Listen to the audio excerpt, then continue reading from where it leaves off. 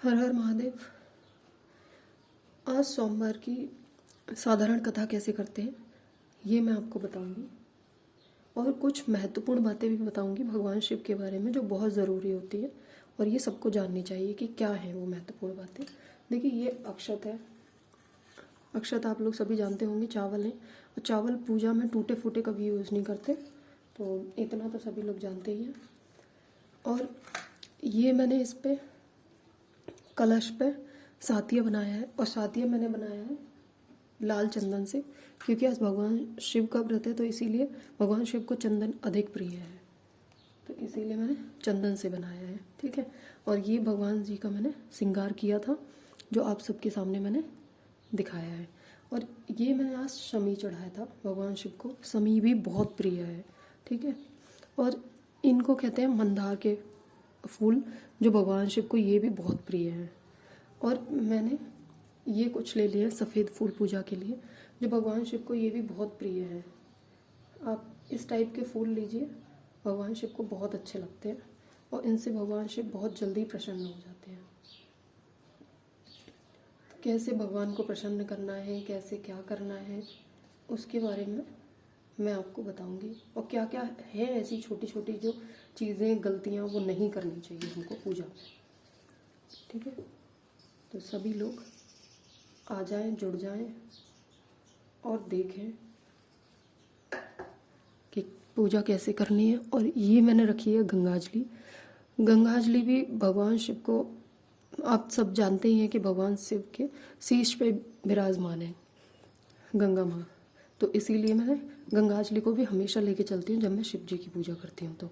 और ये मैंने कुछ चीनी ले ली है, और लोटे में खाली पानी नहीं लेना है, थोड़ा सा मिष्ठान कुछ भी डाल के रखना है।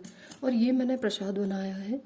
मैं नमक और मिर्च को उस दिन अवॉइड ही करती हूँ कि वो ना खाऊं, तो भगवान शिव को ये वाला प्रसाद भी बहुत अच्छा लगता है। ये गुड़ और घी से मतलब पूड़ियाँ बनाई हुई हैं, उनका चूरमा बना के मैंने ये रख दिया है। कुछ लोग लड्डू भी बनाते हैं, पर आज मैंने ऐसे ही रख दिया है। नॉर्मल भी रख सकते हैं, लड्डू भी बना सकते हैं।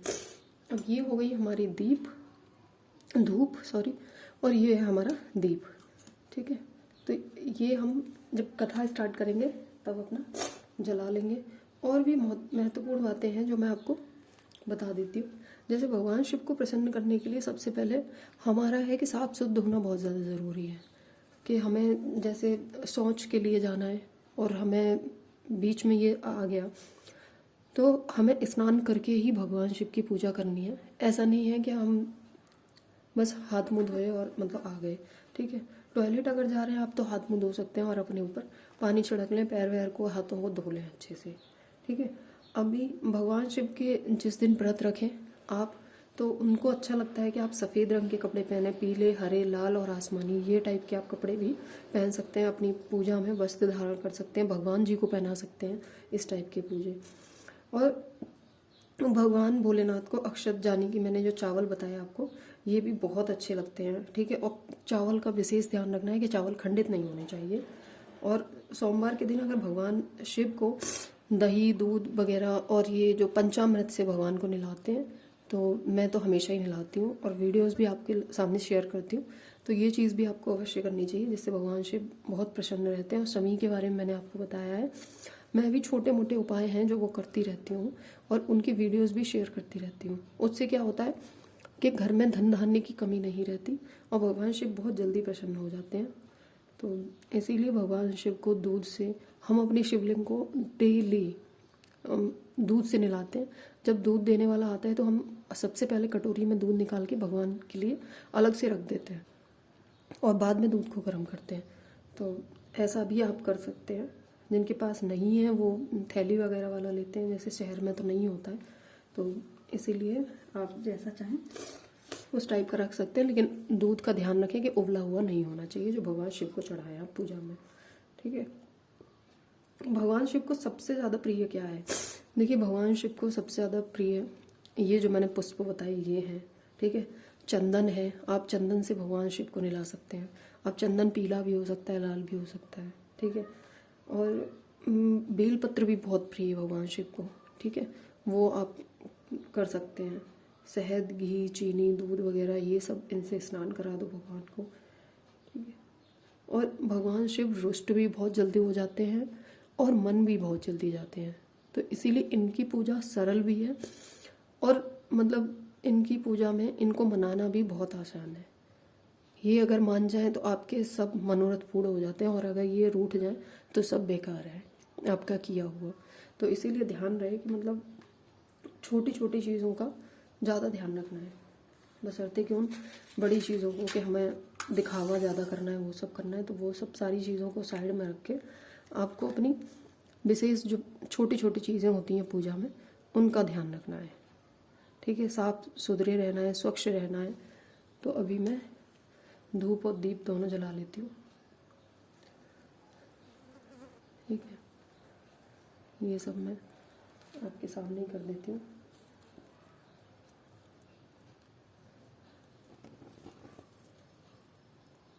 बिल्कुल शुरू से एकदम आराम आराम से चलेंगे। कोई पूजा में कभी भी ना जल्दबाजी नहीं मचानी चाहिए, हर चीज़ ध्यान से, क्योंकि इनमें छोटी सी गलती हो जाती है तो उनके अलग प्रभाव पड़ते हैं। तो इसीलिए बहुत मतलब ध्यान से रखना चाहिए सब चीज़ों को ध्यान में। और देखिए भगवान शिव को जैसे डमरू वगैरह हो गया, अब मेरे पास वैसा वाला तो नहीं है लेकिन मैंने चांदी का बनवा रखा है, तो ये मैं मतलब शिवलिंग पे लगा के रखती हूँ। और बेलपत्र भी हमेशा नहीं हो पाता है तो मैंने इसका भी एक चांदी का बना लिया। ये भी ज़्यादा महंगे तो नहीं बनते हैं लेकिन हर किसी के पास नहीं हो पाते, पेड़ वेड़ होता है तो आप वहाँ से मतलब तोड़ लाइए। अगर मतलब आपकी हार्दिक इच्छा है तो आप ये भी बनवा सकते हैं। मेरे पास था तो मैंने मतलब बनवा लिया। ठीक है, आपके पास जैसा हो वैसा मतलब आप कर सकते हैं। और भगवान शिव तो एक फूल से भी मान जाते हैं, तो बस लेकिन आपका मन और तन दोनों साफ होने चाहिए उस चीज़ को करने के लिए। आप किसी भी माला का जाप कर सकते हैं, ये जो भोले बाबा की माला होती है इस माला का जाप कर सकते हैं, ओम नमः शिवाय का। और उस दिन याद रहे कि मतलब आप किसी की बुराई या किसी की कोई भी इस टाइप की बातों से बचना ही चाहिए। तो ये सब चीज़ें भी कर सकते हैं आप, छोटी छोटी चीज़ों का ध्यान रखना है। तो इस टाइप की चीज़ें याद रखें। अभी भगवान की कृपा पाने के लिए भी जैसे अब मैंने बताया गंगा जल, ये तो सबसे ज़्यादा ज़रूरी है। गंगा जल तो सबके घरों में होता ही है ज़्यादातर, तो आप गंगा जल ही रख सकते हैं। ठीक है, और गंगा जल का ऐसे करके छिड़काव ये कर सकते हैं। ठीक है, उससे क्या नेगेटिव एनर्जी दूर रहती है, तो ये भी बहुत ज़रूरी है। ये सारी चीज़ें तो आप कर सकते हैं, तो ये कर लो, लोटे में डाल लो थोड़ा सा गंगा जल।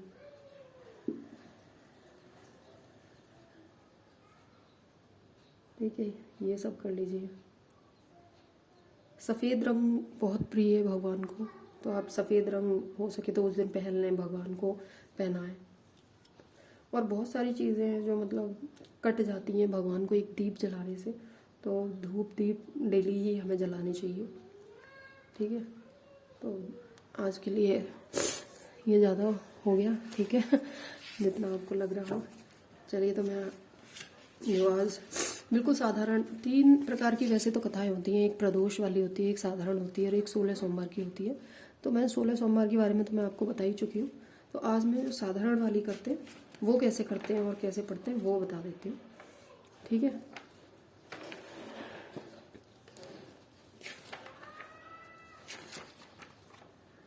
चलिए हम शुरू करते हैं कथा को। अब मुझे सर्दी हो रखी है तो थोड़ा सा इस चीज़ को अवॉइड करिएगा। ठीक है, एक नगर में एक और चीज़ सबसे महत्वपूर्ण बता देती हूँ कि पूजा में जब भी बैठे तो आप साड़ी पहनते हैं तो साड़ी पे तो सिर पे रखते ही हैं। अगर सूट वगैरह पहन रहे हैं या जीन्स वगैरह जो भी कुछ पहन रहे हैं तो भगवान शिव की पूजा में ना सिर पे ज़रूर रखें। ठीक है, छोटा मोटा दुपट्टा जैसा भी हो तो सिर पे ज़रूर रखें। चलिए कथा प्रारंभ करते हैं। एक नगर में एक साहूकार रहता था। उसके घर में किसी चीज की कमी नहीं थी, परंतु वह पुत्र न होने के कारण बहुत दुखी था। पुत्र की कामना के लिए वह प्रत्येक सोमवार को शिवजी का व्रत और पूजन किया करता था तथा सायंकाल मंदिर जाकर शिवजी के सामने दीपक जलाया करता था। उसके इस भक्ति भाव को देखकर एक समय माता पार्वती ने शिवजी से कहा, प्रभु, यह साहूकार आपका अनन्य भक्त है, बड़ी श्रद्धा से आपका व्रत और पूजन करता है। आपको इसकी मनोकामना पूर्ण करनी चाहिए। यदि आप ऐसा नहीं करेंगे तो मनुष्य आपका पूजन तथा व्रत क्यों करेंगे। माता पार्वती का ऐसा आग्रह देख शिवजी कहने लगे, हे पार्वती, इसके भाग्य में पुत्र न होने पर भी मैं इसको पुत्र की प्राप्ति का वर देता हूँ, परंतु वह पुत्र 12 वर्ष तक ही जीवित रहेगा। माता पार्वती और भगवान शिव का यह वार्तालाप साहूकार सुन रहा था, जिससे उसको ना तो प्रसन्नता हुई और ना ही दुख हुआ। वह पूर्व की तरह शिवजी का व्रत और पूजन करता रहा। कुछ समय बाद साहूकार के घर अति सुंदर पुत्र हुआ। साहूकार के घर में बहुत खुशियां मनाई गई। साहूकार असलियत जानता था, इसीलिए उसने ना तो अधिक प्रसन्नता प्रकट की और ना ही किसी को यह भेद भी बताया। जब वह बालक 11 वर्ष का हो गया तो उसकी माता ने साहूकार से उसका विवाह करने के लिए कहा। साहूकार इसके लिए राजी नहीं हुआ। उसने बालक के मामा को बुलाकर उसे बहुत सा धन देकर कहा, तुम बालक को पढ़ने के लिए काशी ले जाओ और रास्ते में यज्ञ आदि शुभ कर्म करते हुए जाना। दोनों मामा भांजे यज्ञ करते, ब्राह्मणों को भोजन कराते तथा दक्षिणा देते काशी जी की ओर चल पड़े। रास्ते में एक शहर पड़ा। उस शहर में राजा की कन्या का विवाह हुआ था, परंतु जो राजकुमार विवाह कराने के लिए आया था वह एक आंख से काना था। उसके पिता को इस बात की बड़ी चिंता थी कि कहीं राजकुमार को देखकर राजकुमारी उसके माता पिता विवाह में किसी प्रकार की अड़चन न पैदा कर दे। जब उसने सेठ के अति सुंदर लड़के को देखा तो मन में विचार किया कि क्यों न द्वारचार के समय इस लड़के से वर का काम चलाया जाए। ऐसा मन में विचार कर राजकुमार के माता पिता ने उस लड़के और उसके मामा से बात की। वे राजी हो गए। फिर साहूकार के लड़के को वर के कपड़े पहनाकर तथा घोड़ी पर बैठाकर कन्या के द्वार पर ले गए। सभी कार्य बिना किसी विघ्न के पूर्ण हो गया। राजकुमार के पिता ने सोचा कि यदि विवाह कार्य भी इसी लड़के से करा लिया जाए तो क्या बुराई है। ऐसा विचार कर लड़के और उसके मामा ने कहा, यदि आप फेरों और कन्यादान के काम को भी करा दें तो मैं इसके बदले आपको बहुत सारा धन दूंगा। दोनों ने इसे सहर्ष स्वीकार कर लिया। विवाह कार्य अच्छी तरह से संपन्न हो गया। सेठ का पुत्र किसी समय जाने लगा तो उसने राजकुमारी की चुन्नी के पल्ले पर लिख दिया कि तेरा विवाह मेरे साथ हुआ है, परंतु जिस राजकुमार के साथ तुमको भेजेंगे वह एक आंख से काना है। मैं काशी जी पढ़ने जा रहा हूँ। सेठ के लड़के के जाने के पश्चात राजकुमारी ने जब अपने पिता को सारी बात बताने के बाद काने राजकुमार के साथ जाने से मना कर दिया। राजकुमारी के माता पिता ने अपनी कन्या को विदा नहीं किया और बारात वापस चली गई। उधर सेठ का लड़का और उसका मामा काशी पहुंच गए। वहां जाकर उन्होंने यज्ञ करना और लड़के ने पढ़ना शुरू कर दिया। जब लड़के की आयु 12 साल की हो गई तो उस दिन उन्होंने यज्ञ रचा था। लड़के की तबीयत खराब हुई। वह अंदर जाकर लेट गया और उसके प्राण निकल गए। जब उसके मामा ने आकर देखा कि उसका भांजा तो मृत पड़ा है तो उसको बड़ा दुख हुआ। उसने सोचा कि अगर मैं अभी रोना पीटना मचा दूंगा तो यज्ञ का कार्य अधूरा रह जाएगा। अतः उसने जल्दी से यज्ञ का कार्य समाप्त करवाकर ब्राह्मणों के साथ जाने के बाद रोना पीटना शुरू कर दिया। संयोग बस उसी समय शिव पार्वती उधर से जा रहे थे। रोने और बिलाप करने की आवाज सुनकर वे वहां पहुंच गए। उन्होंने पाया कि वहां एक लड़का मृत पड़ा था। पार्वती कहने लगी, महाराज यह तो उसी सेठ का लड़का है जो आपके वरदान से उत्पन्न हुआ था। शिवजी ने कहा, हे पार्वती, इसकी आयु इतनी ही थी। अब पार्वती जी ने कहा, प्रभु इस बालक को और आयु दो, नहीं तो इसके माता पिता तड़प तड़प कर मर जाएंगे। माता पार्वती के बार बार आग्रह करने पर शिवजी ने उसको जीवन दान का वरदान दिया। शिवजी की कृपा से वह लड़का जीवित हो गया। शिवजी और पार्वती कैलाश पर्वत को चले गए। शिक्षा पूर्ण होने पर वह लड़का और उसका मामा उसी प्रकार यज्ञादि शुभ कर्म करते अपने घर की ओर चल पड़े। रास्ते में उसी शहर में आए जहाँ की राजकुमारी से लड़के का विवाह हुआ था। वहां आकर उन्होंने यज्ञ प्रारंभ कर दिया। उस लड़के के ससुर वहां के राजा ने उसको पहचान लिया और महल में ले जाकर उसकी बहुत आवभगत की तथा दास दासियों सहित आदर पूर्वक अपनी राजकुमारी और जमाई को विदा किया। इधर साहूकार तथा उसकी पत्नी अपने पुत्र को सही सलामत लौट आया देखकर बहुत खुश हुए। जो कोई सोमवार के व्रत को धारण करता है अथवा इस कथा को पढ़ता है या दूसरों को सुनाता है उसकी समस्त मनोकामनाएं पूर्ण होती हैं तथा इस लोक में नाना प्रकार के सुख भोग कर अंत में सदा शिव के लोक को प्राप्त होता है। बोलिए शिव जी महाराज की जय। बोलिए हर हर महादेव। चलिए इसके पश्चात अब आरती कर लेते हैं भगवान शिव की। ओम जय शिव ओंकारा स्वामी जय हरे शिव ओंकारा ब्रह्मा विष्णु सदा शिव ब्रह्मा विष्णु सदा शिव हरे धाम धारा ओम जय शिव ओंकारा एकानन चतुरानन पंचानन राजे प्रभु पंचानन राजे हंसानन गरुडासन हंसानन गरुडासन वृषभावन सागे ओम जय शिव ओंकारा दो भुज चार चतुर्भुज दस भुज ते सोहे प्रभु दस भुज ते सोहे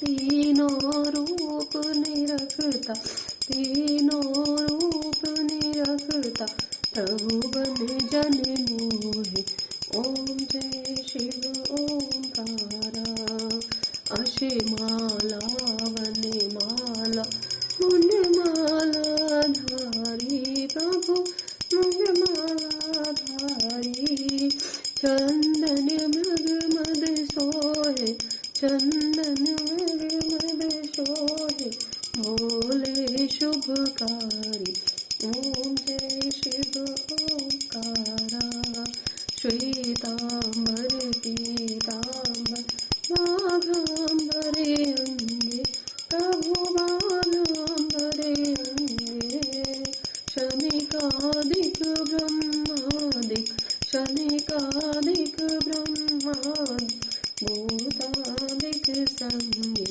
ओम जय शिव ओंकारा कर के मध्य कमंड चक्र त्रिशूल धरता प्रभु चक्र त्रिशूल धरता जग करता जग भरता जग करता जग हरता जग पालन करता ओम जय शिव ओंकारा ब्रह्मा विष्णु सदाशिव जानते अविवेका प्रभु जानते अविवेका प्रणवाचर के मध्य प्रणवाचर के मध्य ये तीनों एका ओम जय शिव ओंकारा तेरे गुण शिव जी की आरती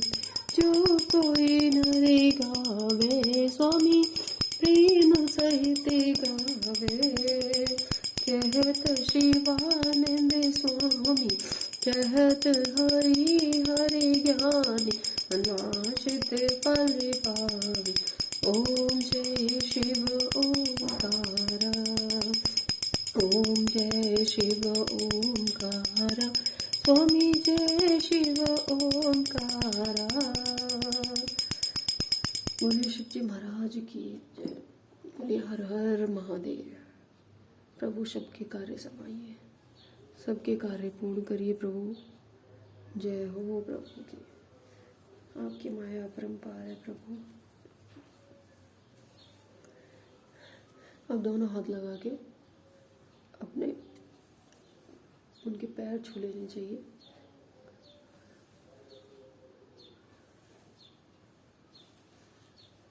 पैर छू के आरती सब पूरे घर में घुमा देनी चाहिए जिससे कोई नेगेटिव एनर्जी घर में नहीं रहती है सब पॉजिटिव पॉजिटिव होता है ठीक है